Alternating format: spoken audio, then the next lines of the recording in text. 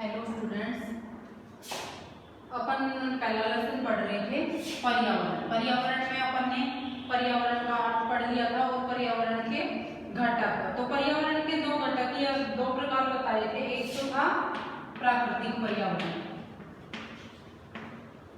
प्राकृतिक पर्यावरण, और दूसरा था मानवीय पर्यावरण।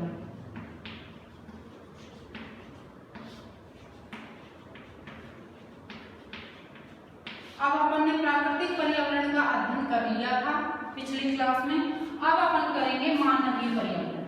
अब मानवीय पर्यावरण में मैंने बताया था प्रकृति में जो भी मनुष्य उसमें अपने प्रकृति को अपने अनुरूप अपने उपयोग के लिए बनाने के लिए उसका जो उपयोग करता है, उपयोग के लिए कोई भी वस्तु बनाने के लिए, जैसे अपने आसपास जितनी भी अपनी वस्तुएं दिखाई दे रही हैं जो मानव द्वारा निर्मित है। प्रकृति के में अपन ने तीन पढ़ा था, स्थलमंडल, जलमंडल, वायुमंडल और जैवमंडल। अब है मानवीय पर्यावरण। मानवीय पर्यावरण में अपन पढ़ेंगे तो इसमें क्या है कि मानव जो अपने उपयोग की जितनी भी वस्तुएं करता है वो मानव द्वारा जो निर्मित होती है वो मानवीय पर्यावरण है। इसके मैंने आपको उदाहरण दिए थे, जैसे पुल बनाता है मनुष्य, इमारतें बनाता है, पार्क बनाता है, जैसे इसके उदाहरण मैंने दिए थे। इमारत, पार्क और पुल बनाता है, सड़कें या परिवहन, सड़कें, परिवहन के साधन, उद्योग में जो भी मशीनीकरण, मशीनें,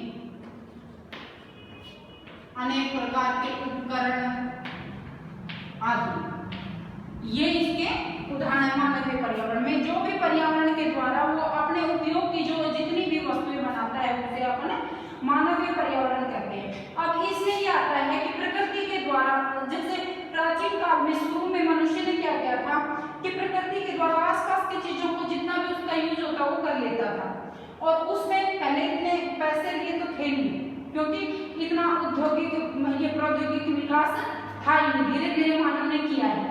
तो उसमें वो क्या करता था, उसमें वो मानवीय क्रियाकलापों के द्वारा प्रकृति को अपने अनुरूप बना देता। जैसे जहां भी वो रहता थोड़ी सी जगह को जितनी उसको चाहिए होती थी पशुओं के लिए, खुद के लिए, उस जगह को साफ, पेड़ पौधों को काट के या जलाकर उसको साफ कर लेता, वहां कृषि करने लग जाता, और कृषि से वहां जंगलों में जो भी उसको पेड़ पौधे दिखते उनमें जो कंदमूल और ये मिलते उनको वो खा लेता। प्राचीन काल की बात कर रहे हैं अपन। लेकिन धीरे धीरे मानव ने विकास किया, और प्राचीन काल में वो व्यापार वाणिज्य इतना विकास नहीं था, वो वस्तु विनिमय के द्वारा ही, वस्तु विनिमय। अब ये वस्तु विनिमय क्या होता है? वस्तु विनिमय में ये एक व्यापार का ही प्रकार है।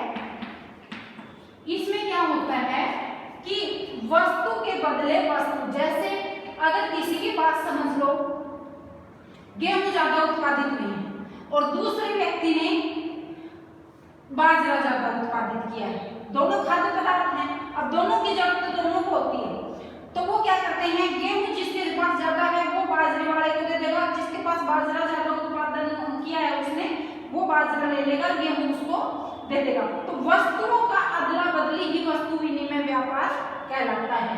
अब वस्तु विनिमय व्यापार ये प्राचीन काल में चल रहा था, लेकिन अब तो जब मुद्रा चलने लगी, मुद्रा का मतलब है पैसे, जब पैसे चलने लग गए तो ये वस्तु विनिमय का व्यापार इतना नहीं चलता है।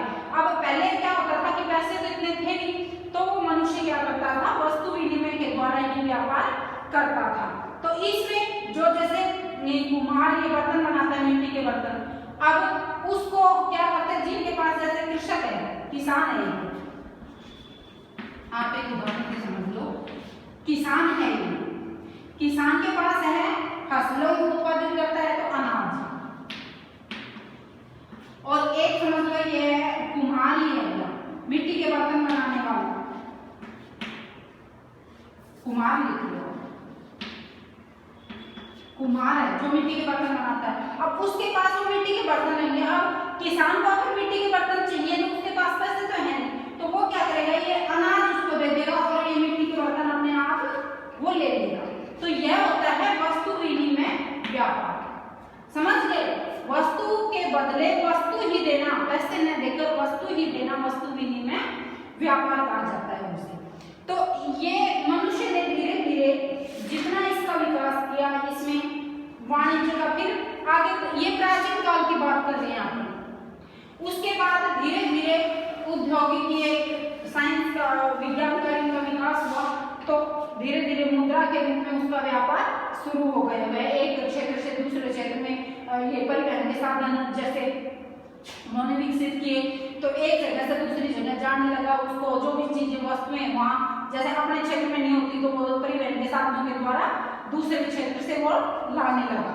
ये सारे मानवीय पर्यावरण का अर्थ ये है, इसी में पढ़ते हैं अपन कि मानव पर्यावरण में अपनी सुविधा अनुसार उसको कितना अनुरूप बना सकता है या बनाता है, इसे ही मानवीय पर्यावरण कहते हैं। अब आपको ये समझ में आ गया होगा कि जितनी भी मानव निर्मित जो भी वस्तुएं हैं, अब इसमें कार्य क्या करता है मनुष्य, जैसे पशुपालन है, पशुपालन भी मनुष्य के द्वारा ही किया जाता है, कृषि है, अनेक प्रकार के उद्योग हैं, इस प्रकार के जैसे सड़कों का निर्माण है, ये सारे मनुष्य के द्वारा ही किए जाते हैं, पर्यावरण के द्वारा। तो इस प्रकार के ये इसमें उदाहरण है। धीरे धीरे जो जो मनुष्य ने अपनी बुद्धि का प्रयोग में लाके और उसने इसका विकास किया है, तो इनसे मनुष्य की जिंदगी जो वो है वो आसान हो गई है। जैसे क्योंकि अगर मनुष्य अपनी बुद्धि का, मैंने अभी बताया प्राचीन काल में उसके पास पैसों की कमी होती थी, ज्यादा आना जाना, क्योंकि सड़कों का निर्माण उस समय इतना नहीं हुआ था, और ये परिवहन के साधन है वो भी बहुत ही कम उपयोग में लिए जाते थे। जैसे घोड़ा गाड़ी है, खच्चर गाड़ी है, जो या अपने होते हैं ना सांड वगैरह, उनसे ही जो उनके पास पालतू पशु होते थे, उन्हीं को वो एक जगह से दूसरी जगह जाने में उपयोग में लेते थे। लेकिन धीरे धीरे मशीनीकरण का उपयोग होने लगा, और यह सभी साधनों का उपयोग अपन, जैसे अब अपन को यहाँ से समझ लो, अपन को दिल्ली से और वहाँ जाना है, साउथ में समझ लो आप बेंगलोर जाना है, तो 2 घंटे में फ्लाइट से पहुंच जाएंगे। तो ये एक औद्योगिक विकास ही तो हुआ मनुष्य ने। औद्योगिक विकास होने से उसकी जो ये दिनचर्या है वो काफी तीव्र हो गई। प्राचीन काल में ऐसा नहीं था। अब आपके लेसन में यही था, मैंने पढ़ लिया है कि मनुष्य के द्वारा पर्यावरण में जो भी निर्माण किए जाते हैं उसे मानवीय पर्यावरण कहते हैं। प्रकृति के द्वारा जो प्राकृतिक पर्यावरण में जो प्रकृति के द्वारा जो अपन को चीजें उपलब्ध करवाई जाती हैं, जैसे स्थलमंडल, जलमंडल, वायुमंडल और जैवमंडल, ये मैंने कल पढ़ाया था आपको, तो आपको याद हो गया होगा। अब अपने चारों ओर के वातावरण में जितनी भी चीजें अपन को प्राकृतिक और मानवीय जो भी दिखाई देती हैं उसे अपन पर्यावरण कहते हैं। अब इसके आगे है अपने क्वेश्चन आंसर। अब क्वेश्चन आंसर में आपको जैसे ये करने हैं, लिखने भी हैं, मैं लिखवा रही हूँ। अब परितंत्र क्या है लिख लो आप। तो परितंत्र वह तंत्र है जिसमें, पहला क्वेश्चन है परितंत्र क्या है, आपकी बुक में दे रखा है, लिख लेना है परितंत्र। अब इसकी परिभाषा लिख लो, एक क्वेश्चन आंसर करवाऊंगी मैं। तो इसमें है वह तंत्र जिसमें समस्त जीवधारी आपस में एक दूसरे के साथ तथा पर्यावरण के उन भौतिक एवं रासायनिक कारकों के साथ परस्पर क्रिया करते हैं। वह तंत्र जिनमें समस्त जीवधारी, लिख लो आप, वह तंत्र जिसमें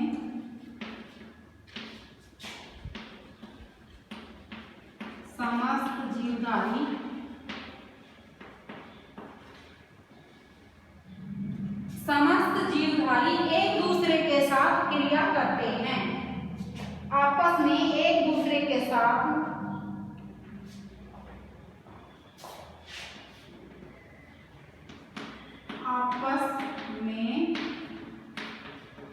एक दूसरे के साथ तथा भौतिक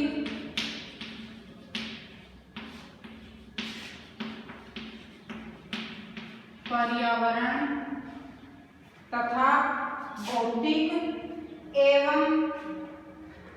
पर्यावरण तथा रासायनिक कारकों के साथ भौतिक पर्यावरण तथा रासायनिक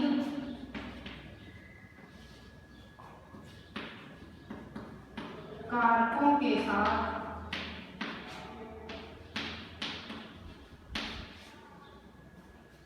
भौतिक पर्यावरण तथा रासायनिक कारकों के साथ परस्पर क्रिया करते हैं जिनमें वे निवास करते हैं। परस्पर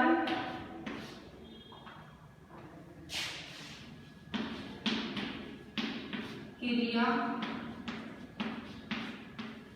करते हैं जिनमें वे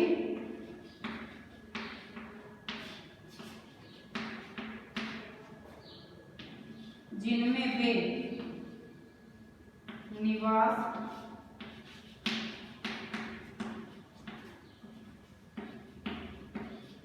करते हैं। ये सब ऊर्जा और पदार्थ के स्थानांतरण द्वारा संबंध है। ठीक है, ये इसकी परिभाषा होगी, अर्थ होगा। परितंत्र क्या है? वह तंत्र जिनमें समस्त जीवधारी आपस में एक दूसरे के साथ तथा भौतिक पर्यावरण का मतलब मैंने समझाया था, जो भी अपने आसपास ये स्थलाकृतियां भौतिक जो स्थलाकृतियां वे अपन को दिखाई देती हैं, तथा रासायनिक कारकों के द्वारा। रासायनिक कारक है कि इनमें जो भी अपन चेंज करता है मनुष्य, परस्पर क्रिया करता है। क्रिया का मतलब होता है काम करता है, जिनमें वह निवास करता है, जहां वह क्षेत्र में